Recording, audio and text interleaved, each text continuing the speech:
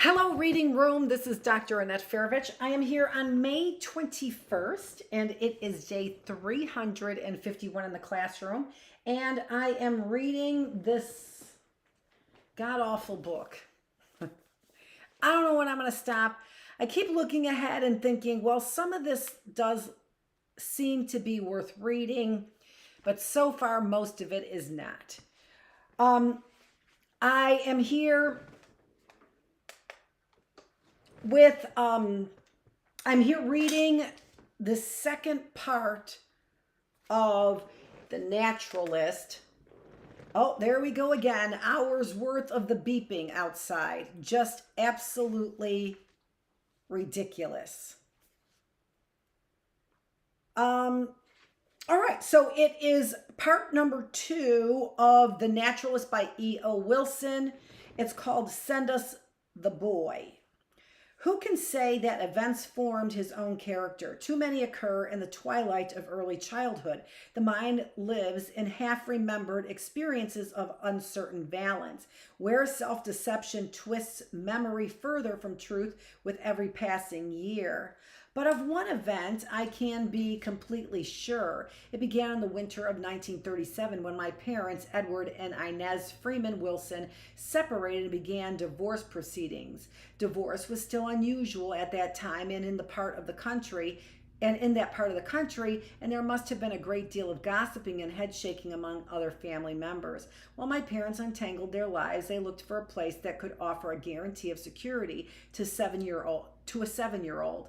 They chose the Gulf Coast Military Academy, a private school located on the Shore Road 4 miles east of Gulfport, Mississippi. All dreams of languor and boyhood adventure vanished. Now, this is so interesting to me because this is at a time when we were just reading from Betty Friedan that most women were just pretty happy about, piece of shit. Can't get one goddamn thing in this house to work. Not the lights over there. Look at. One light bulb working. Can you get the other ones? Oh, the light bulbs work. Toilet doesn't work. Lights can't turn on. All made where? Just pieces of shit. But ended up reading Friedman and or whatever her last name is. I don't really care. And she was saying about how women during this time were moving towards complacency in the house. So this just doesn't seem to jive with what she was saying and what I was reading in our Bookless classroom. And in particular, with this elite group of people just passing their children off and wondering why they have no hope or faith. GCMA was a carefully planned nightmare engineered for the betterment of the untutored and undisciplined. It was a military academy of the original mold, all gray wool clothed and ramrod straight. The school prospectus guaranteed it did not offer or make available. It guaranteed a solid traditional education. Some of its graduates went on to civilian colleges and universities across the country, but at heart, GCMA was a preparatory school for West Point, Annapolis, and private equivalents such as Virginia Military Academy, whose central purpose was to train America's officer corps. The Gulf Coast Military Academy was classed each year without fail as an honor school by the United States War Department. In other words, it was a boot camp. Its regimen was designed to abrade away all the bad qualities inhering in the adolescent male while building the kind of character that does not flinch at a whiff of grape shot. Send us the boy and we will return the man was the motto in 1937 yearbook, from which my childish face stonily gazes, explains the formula with pitiless clarity. The daily work is a systematic routine in which every duty has its place in the day and therefore will not be overlooked. By association with other cadets, each cadet begins to recognize himself as an integral part of a body, and with this in view, he assumes the correct attitude toward the rights of others. Yeah, I don't think so. By being thrown on his own resources, a boy develops initiative and self dependence and grows away from the helpless, dependent spirit into which many boys have been coddled. The systemic routine the author had in mind, and was he, I wonder, square-faced Major Charles W. Chalker, professor of military science and tactics, whose photograph gazes out at me from the yearbook, emulated those of the adult service academies. It could be used today, if softened a bit, at the Marine training camp on Paris Island. For 7 days a week, real bugles played by cadets proud of their jobs led us lockstep through the schedule. First call 6, Reveille 6:05, assembly 6:10, sick call 6:30, police inspection 6:40, waiters warning 6:45, assembly and march to mess 7 o'clock, school call 7:40. Then, without bugles, came calls to change class. Chapel assembly 10:20, intermission 4 minutes, warning call, return to class, and so tramp forward through the day, finally to dinner. The bugles resumed with call to quarters 6:50, study, no radios, 7 o'clock, tattoo 9:15, and taps 9:30. No talking afterward, or you go to delinquency report. On Saturday, the schedule is similar but lighter, with time off for leisure, athletics, and delinquency reports. On Sunday, we really snapped to life, shined our shoes, polished our buttons and belt buckles, uniforms mandatory at all times, formal gray and white on Sunday, and attended church. Then we prepared for battalion parade, which kicked off at 3:30. We marched out in formation to be watched and graded by unit and individual, past officer instructors, visiting parents, and a few curious, respectful townspeople, the youngest boys of whom I was one, brought up the rear. The curriculum was laid before the student in resonant single words: arithmetic, algebra, geometry, physics, chemistry, history, English, foreign language.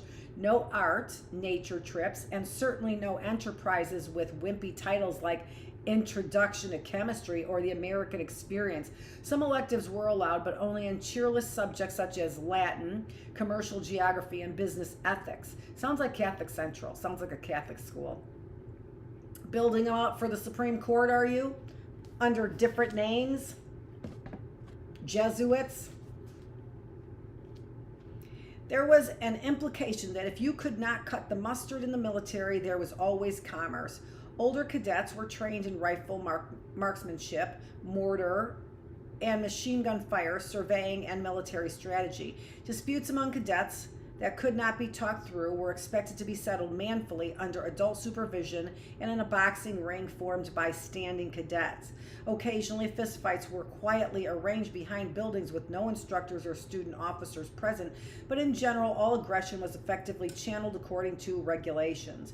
Misbehavior of any kind brought time in the bull ring, an activity not mentioned in the brochure. Regular cadets marched with rifles, shoulder arms around a circular track for one of several hours, the length of time depending on the seriousness of the charge. Longer terms were broken up and spread over succession of days. Junior cadets marched actually most of the time. We just strolled without rifles.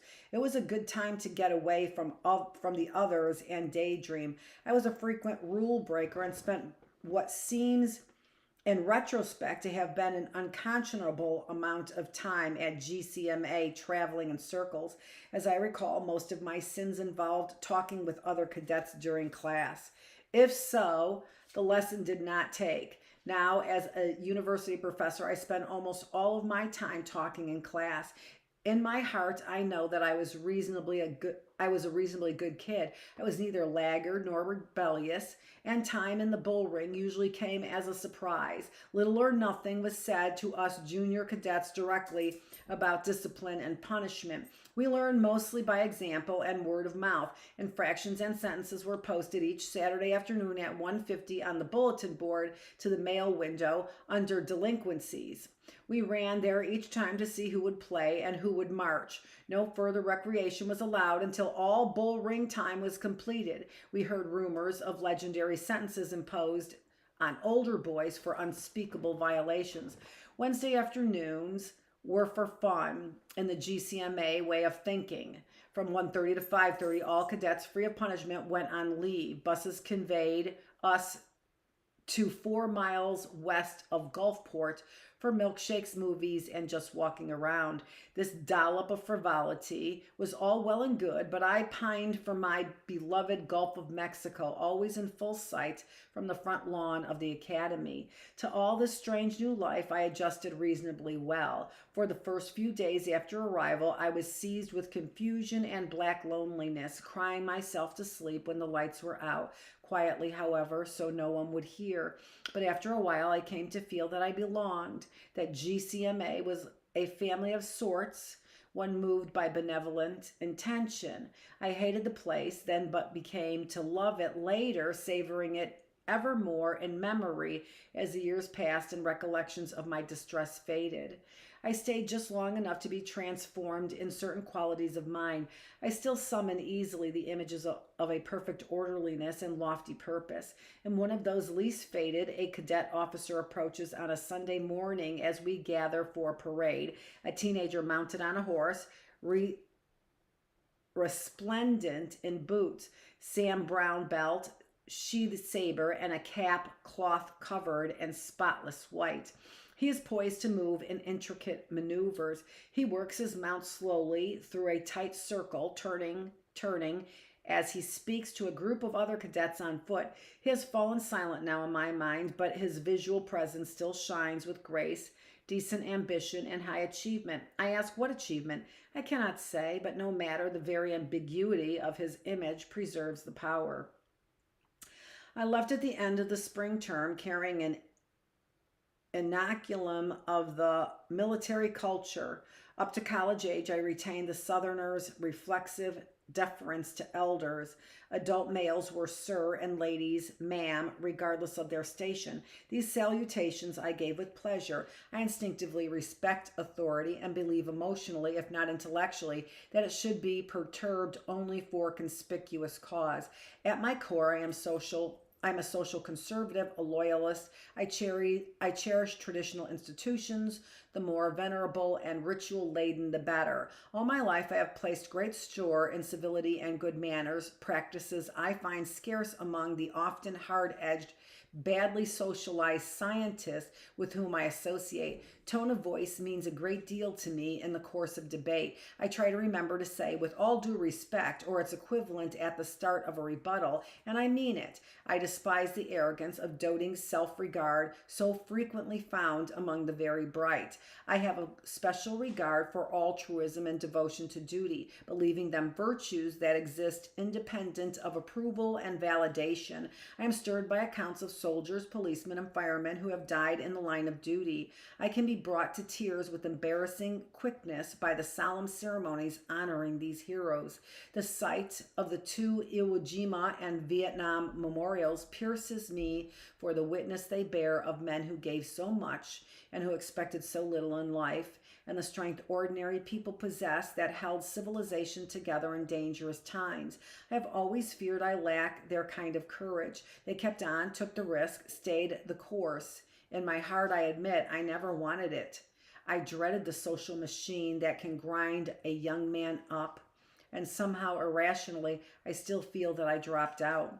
You will understand then that the people I find it easier to admire are those who concentrate all the courage and self-discipline they possess toward a single worthy goal: explorers, mountain climbers, ultramarathoners, military heroes, and a very few scientists. Science is modern civilization's highest achievement, but it has few heroes.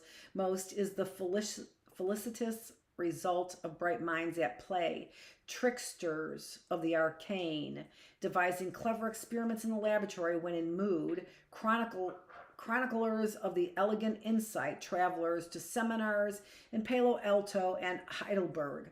For it is given unto you to be bright, and play is one of the most pleasurable of human activities, and all that is well and good.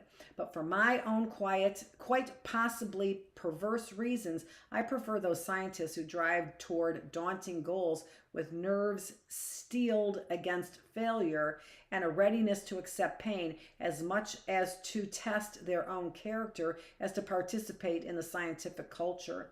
There are certain experiences in childhood that surge up through the limbic system to preempt the thinking brain and hold fast for a lifetime to shape value and motivation. For better or worse, they are what I call character. I have told you of two such early formative experiences. The embarrassing nature of military discipline, in turn, very different from each other in quality and strangely juxtaposed. There were three such episodes during my childhood. I now come to the last, which in the genesis of a scientist may seem the most peculiar of them all. A light in the corner. Wilson describes a stirring Baptist service which tapped his sensitivity to patriotism and sacrifice and affected him powerfully. This impression was enhanced by Belle Raub, a family friend with whom at 8 he lived for a while. Belle Raub, Mother Raub, as I quickly came to call her, lived on East Lee Street in Pensacola with her husband E.J., a retired carpenter. She was a heavy-set, bosomy woman in her late 50s. She eschewed makeup and favored long floral print dresses. She wore a Cougar claw pendant that I found fascinating. Where did you get it? Where are cougars found? What do they do? Monsters of the land. Mother Raub was in fact the perfect grandmother. She was forever cheerily working in and around the house from before I woke in the morning to after I fell asleep, gardening, cleaning, cooking, and crocheting spoke wheel pattern bedspreads that she gave to friends and neighbors. She was attentive to my every need and listened carefully to every story of my life, which I considered to have been both long and filled with meaning. I gave her no problems with my manners or discipline. The Gulf Coast Military Academy had taken care of that. Mother Raub was a woman with a steadfast heart and a mystic soul. Holiness was for her a state to be ardently sought. She told me a story about a very religious friend who wished to unite with Jesus through prayer. One day, this good woman looked up from her devotions and saw a strange light in the room. It was a sign from God. Where in the room? I interrupted. Well, in the corner. Where in the corner? Well, in the upper part of the corner next to the ceiling. My mind raced. Her friend had seen God, or at least she had received a sign. Therefore, she must have a chosen person. Maybe the light gives you the answer to everything, whatever that is. It was the grail. The leap was possible if you prayed in some special way. So I prayed long and hard many evenings after that, glanced around occasionally to see if the light had arrived or if any other change had occurred in the room. Nothing happened. I decided I just wasn't up to bringing God into my life, at least not yet. I would have to wait, maybe grow a little more. At the end of that school year, I left Mother Raub this time to rejoin my father. My interest in the mysterious light faded. Perhaps I cannot remember exactly. I stopped believing altogether in the existence of the light, but I never lost faith in the imminence of the Lord. He would come soon as a light unto the world. In the fall of 1943, when I was 14, I came back to spend another year with Belle Raub. I was old enough to be baptized and born again by my own free will. No one counseled me to take the step. I could have waited for years before the weekly altar call struck home. One evening it just happened. Mother Raub and I walked over to the McReynolds school to attend a recital of gospel hymns sung a cappella by a traveling tenor soloist. I have forgotten his repertoire as a whole, but one song delivered in measure, somber tones deeply moved me. It was a dissonant piece that gripped the listener in Pentecostal embrace. Were you there when they crucified my Lord? Were you there when they nailed him?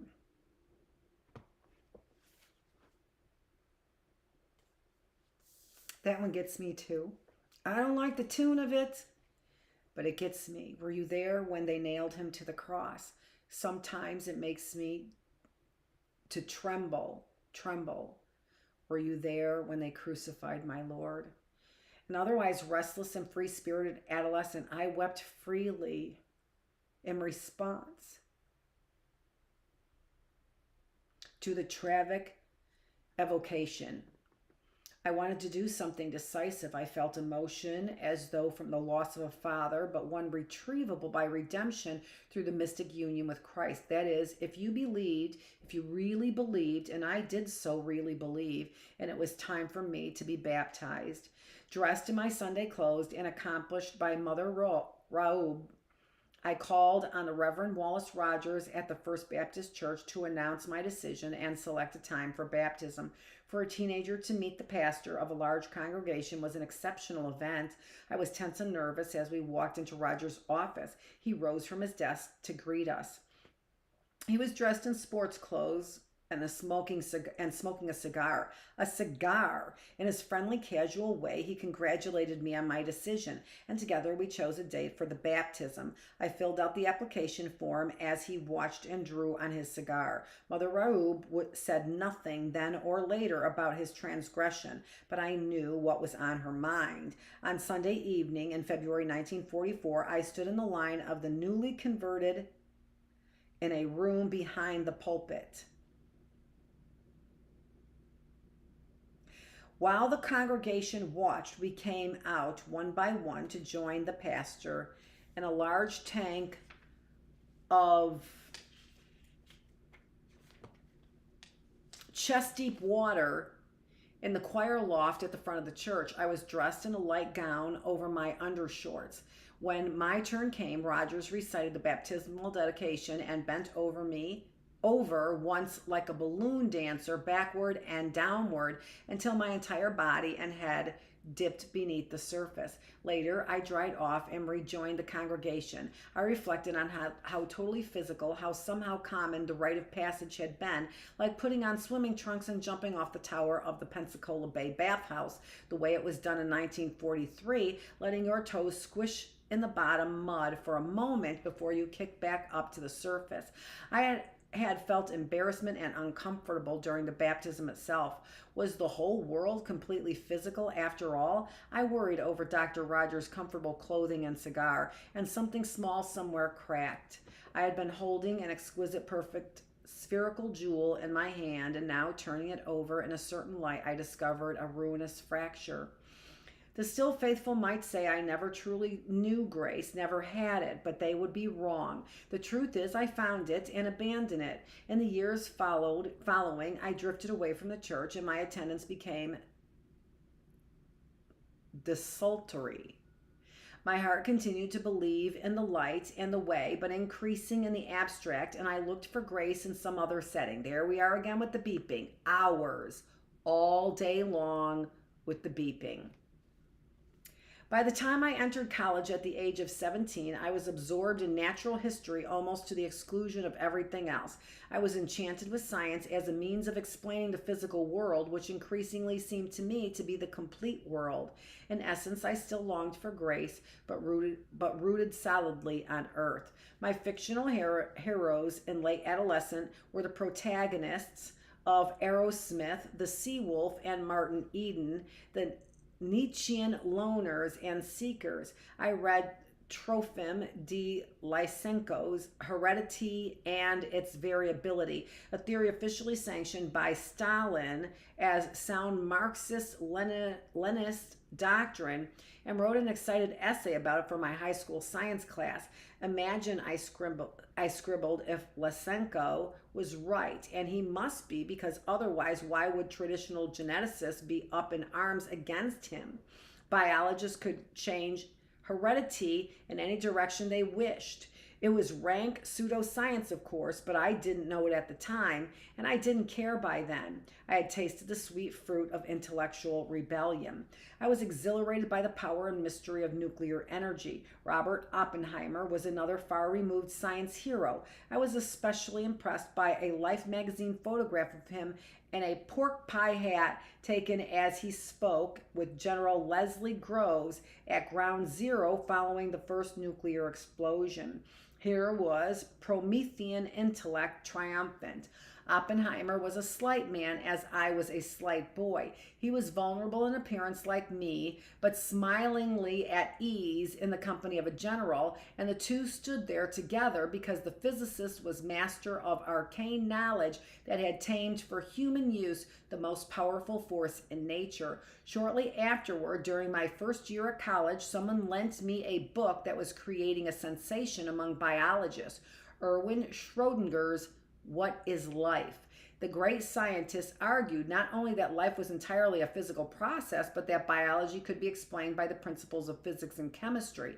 Imagine biology transformed by the same mental effort that split the atom. I fantasized being Schrödinger's student and joining the great enterprise. Then, as an 18-year-old sophomore, I read Ernst Mayer's Systematics and the Origin of Species. It was a cornerstone of the modern synthesis of evolutionary theory, one of the books that combined genetics with Darwin's theory of evolution by natural selection. Mayer's writing reinforced in my mind the philosophy implicit in Schrödinger. He showed that variety among plants and animals is created through stages that can be traced by the study of ordinary nature around us. Mayer's text told me that I could conduct scientific research of a high order with the creatures I already knew and loved. I didn't need to journey to a faraway place and sit at the feet of a Schrödinger or a Mayer in order to enter the temple of science. Science became a new light and the way. But what of religion? What of the Grail and the revelation of purest ray serene that gives wholeness and meaning to life? There must be a scientific explanation for religion, moral precepts, the rites of passage, and the craving for immortality. Religion, I knew from personal experience, is a perceptual fountainhead of human emotion. It cannot be dismissed as superstition. It cannot be compartmentalized as the manifestation of some separate world. From the beginning, I never could accept that science and religion are separate domains with fundamentally different questions and answers.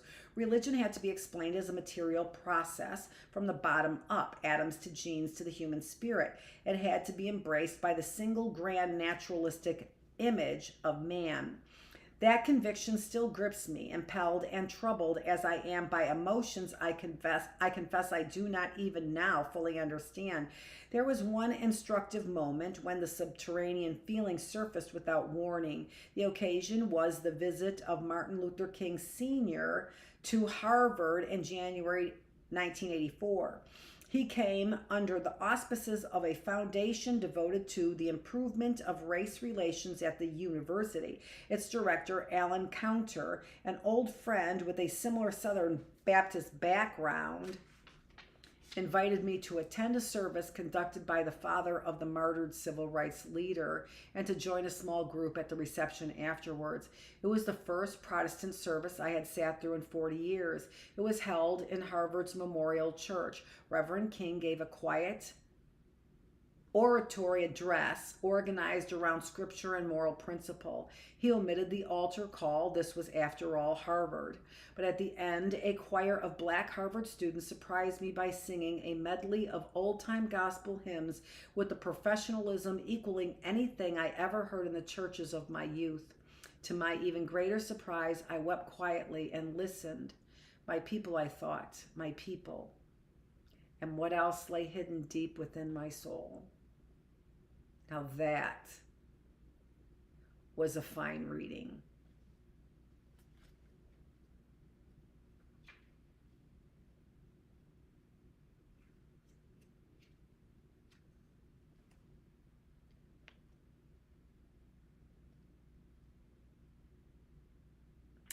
We have 2 more readings in this chapter, and then we're on to chapter 3 of this same section. Chapter 3 is to heal sometimes, to comfort always. How long will it take me to read these pages? Let's see. This is an excerpt from Surely You're Joking by Feynman. by Richard P. Feynman, also told to Ralph Leighton.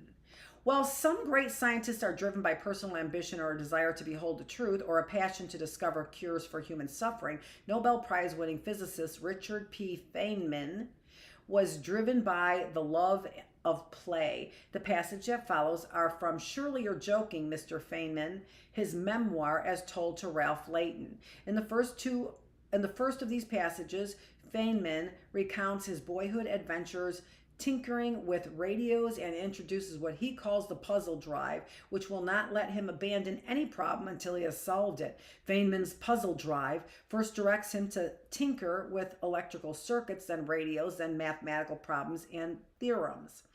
In the second attached passage, the adult Feynman has just finished working on the Manhattan Project in Los Alamos, New Mexico, where the atom bomb was developed. Although he is still young, he has recently lost his wife to tuberculosis. He has accepted a professorship at Cornell University, but finds himself at loose ends personally and professionally. For reasons he does not initially understand, ideas fail to come to him. He feels like a fraud. Feynman is brought out of his funk when he remembers that he loves to play and used to consider physics the greatest of all playgrounds. He decides to resume playing with physics with no thought for the consequences. Great consequences result nonetheless. How does a puzzle differ from a question? How does tackling a puzzle differ from pursuing an answer to a question? What is it that satisfied by satisfying about solving? What is it that is satisfied by and satisfying about solving a puzzle? Nothing to me. What is it that is satisfied by and satisfying about finding the answer to a question? How does solving a puzzle compare with uncovering and beholding a truth? How might a science based on solving puzzles differ from a science based on asking questions and seeking to answer them? Solving puzzles is one kind of play, but it is not the only kind. In Feynman, solving a puzzle when he begins to play with a problem of play. Is Feynman solving a puzzle when he begins to play with the problem of the plate? It is often said that the play is done for its own sake. When Feynman plays with the plate, he refuses even to consider the possible importance of what he is doing. For Archimedes, too, science was important for its own sake and not, for instance, for the useful things it could produce. Can Archimedes be said to have been playing with geometry? If not, what is the difference between his approach and Feynman's? Archimedes and Feynman approach the mysteries of nature in two different ways. Will they feel differently about what they reveal as well? How do hard work, play, and happiness merge for a man like Feynman? He fixes radios by thinking. When I was about 11 or 12, I set up a lab in my house. It consisted of an old wooden packing box that I put shelves in. I had a heater and I put in fat and cooked French fried potatoes all the time. I also had a storage battery and a lamp bank. To build the lamp bank, I went down to the 5 and 10 and got some sockets you can screw down to a wooden base and connected them with pieces of bell wire. By making different combinations of switches in series or parallel, I knew I could get different voltages. But what I hadn't realized was that a bulb's resistance depends on its temperature. So the results of my calculations weren't the same as the stuff that came out of the circuit. But it was all right, and when the bulbs were in series, all half lit, they would glow very pretty. It was great. I had a fuse in the system, so if I shorted anything, the fuse would blow. Now I had to have a fuse that was weaker than the fuse in the house, so I made my own fuses by taking tinfoil and wrapping it around an old burnt-out fuse.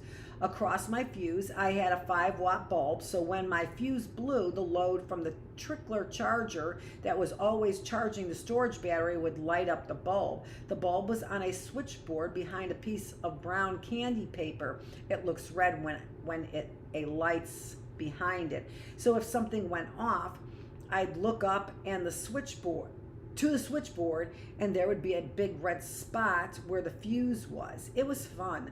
I enjoyed radios. I started with a crystal set that I bought at the store, and I used to listen to it at night in bed while I was going to sleep through a pair of earphones. When my mother and father went out late at night, they would come into my room and take the earphones off and worry about what was going into my head while I was asleep.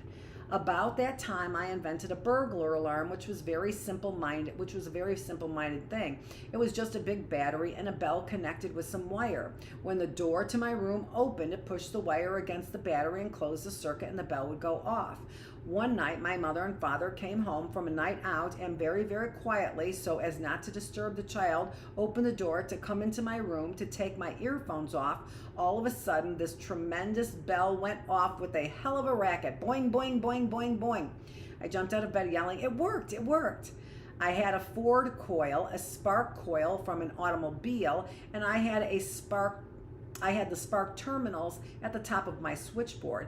I would put a Raytheon RH tube, which had argon gas in it, across the terminal, and the spark would make a purple glow inside the vacuum. It was just great. I also did some things with electric motors and built an amplifier for a photocell that I bought that could make a bell ring when I put my hand in front of the cell. I didn't get to do as much as I wanted to because my mother kept putting me out all the time to play, but I was often in the house fiddling with my lab. I bought radios at rummage sales. I didn't have any money, but it wasn't very expensive. They were old, broken radios, and I'd buy them and try and fix them. Usually they were broken in some simple-minded way. Some obvious wire was hanging loose, or a coil was broken or partly unwound, so I could get some of them going. On one of these radios, one night, I got Waco, WACO, in Waco, Texas. It was tremendously exciting. One day I got a telephone call. "Mister, are you Richard Feynman?" "Yes. This is a hotel. We have a radio that doesn't work and I would like it repaired. We understand you might be able to do something about it." "But I'm only a little boy," I said. "I don't know how." "Yes, we know that, but we'd like you to come over anyway." It was a hotel that my aunt was running, but I didn't know that. I went over there with, they still tell the story, a big screwdriver in my back pocket. Well, I was small, so any screwdriver looked big in my back pocket. I went up to the radio and tried to fix it. I didn't know anything about it, but there was also a handyman at the hotel, and either he noticed or I noticed a loose knob on the rheostat to turn up the volume so that it wasn't turning the shaft. He went off and filed something and fixed it up so it worked. The next radio I tried to fix didn't work at all. That was easy. It wasn't plugged in right. As the repair job got more and more complicated, I got better and better and more elaborate. Sometimes it took quite a while. I remember one particular time when it took the whole afternoon to find a burnt out resistor that was not apparent. That particular time it happened to be a friend of my mother, so I had time. There was nobody on my back saying, "What are you doing?" Instead they were saying, "Would you like a little milk or some cake?" I finally fixed it, because I had and still have persistence.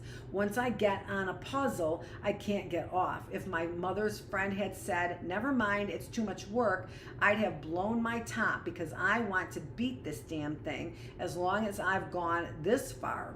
I can't just leave it after I found out so much about it. I have to keep going to find out ultimately what is the matter with it in the end. That's a puzzle drive. It's what accounts for my wanting to decipher Mayan hieroglyphics for trying to open safes.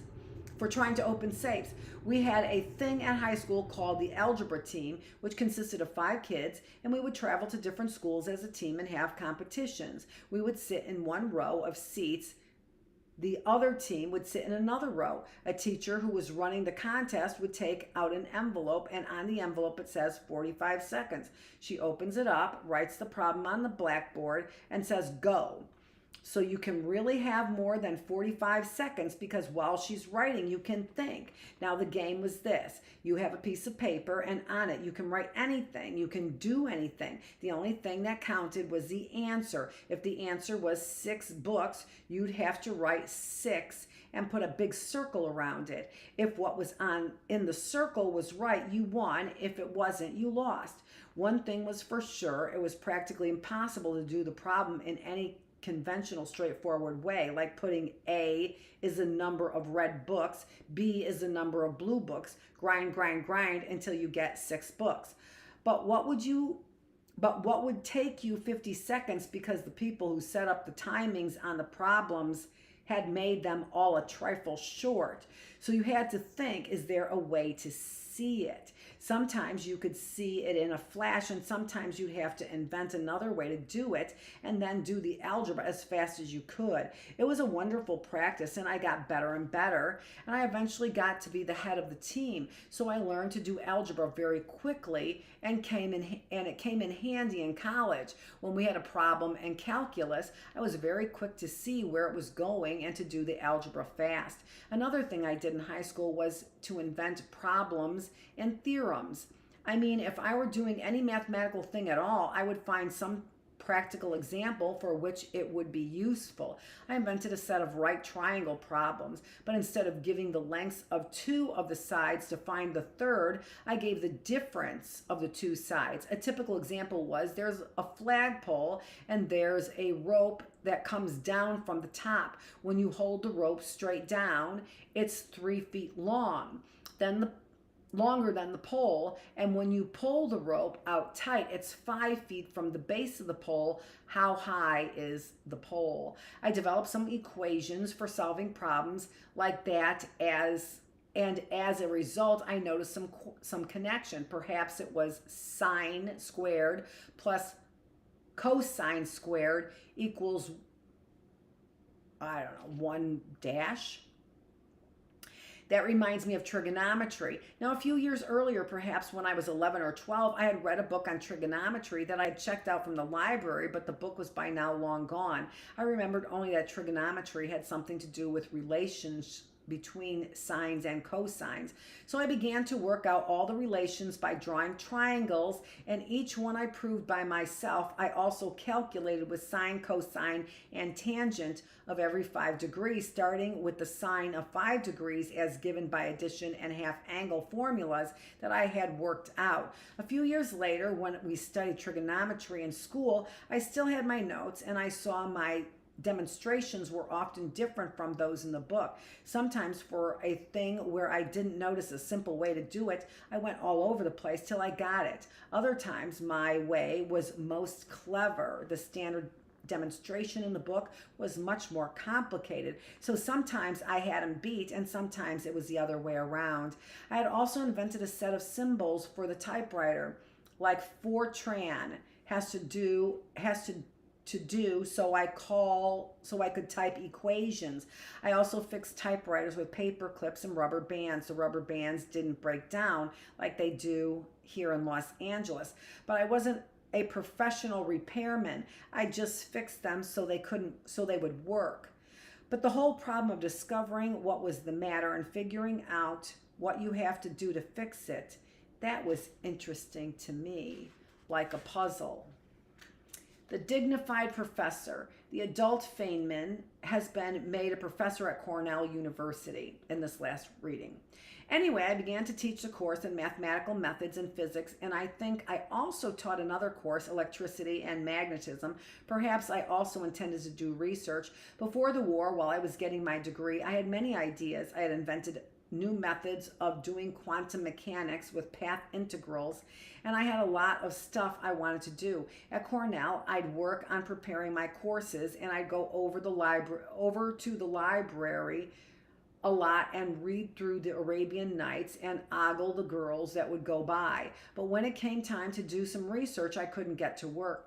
I was a little tired. I was not interested. I couldn't do research. This went on for what I felt was a few years. But when I go back and calculate the timing, it couldn't have been that long. Perhaps nowadays I wouldn't think it as it was such a long time, but then it seemed to go on for a very long time. I simply couldn't get started on any problem. I remember writing 1 or 2 sentences about one problem in gamma rays, and then I couldn't go any further. I was convinced that from the war and everything else, the death of my wife, I had simply burned myself out. I now understand it much better. First of all, a young man doesn't realize how much time it takes to prepare good lectures for the first time especially, and to give the lectures, and to make up exam problems, and to check that they're sensible ones. I was giving good courses, the kind of courses where I put a lot of thought into each lecture, but I didn't realize that that's a lot of work. So here I was burned out reading the Arabian Nights and feeling depressed about myself. During this period, I would get offers from different places, universities and industry, the salaries higher than my own, and each time I got something like that, I would get a little more depressed. I would say to myself, look, they're giving me these wonderful offers, but they don't realize that I'm burned out. Of course I can't accept them. They expect me to accomplish something. I can't accomplish anything. I have no ideas. The head of Feynman's laboratory tells him not to worry about research accomplishment, releasing him from his feelings of guilt. Then I had another thought. Physics disgusts me a little bit now, but I used to enjoy doing physics. Why did I enjoy it? I used to play with it. I used to do whatever I felt like doing. It didn't have to do with whether it was important for the development of nuclear physics, but whether it was interesting and amusing for me to play with. When I was in high school, I'd see water running out of the faucet growing narrower and wonder if I could figure out what determines that curve. I found it was rather easy to do. I didn't have to do it. It wasn't important for the future of science. Somebody else had already done it. That didn't make any difference. I'd invent things and play with things for my own entertainment. So I got this new attitude. Now that I am burned out and I'll never accomplish anything, I've got this nice position at the university teaching classes, which I rather enjoy. And just like I read the Arabian Nights for pleasure, I'm going to play with physics wherever I want to without worrying about any importance whatsoever. Within a week, I was in the cafeteria and some guy fooling around throws a plate in the air. As the plate went up in the air, I saw it wobble and noticed the red medallion of Cornell on the plate going around. It was pretty obvious to me that the medallion went around faster than the wobbling. I had nothing to do, so I start to figure out the motion of the rotating plate. I discovered that when the angle is very slight, the medallion rotates twice as fast as the wobble rate. 2 to 1. It came out of a complicated equation. Then I thought, is there some way I can see in more fundamental way by looking at the forces of dynamics why it's 2 to 1? I don't remember how I did it, but I ultimately worked out what the motion of the mass particle is and how all the accelerations balance to make it come out to 2 to 1.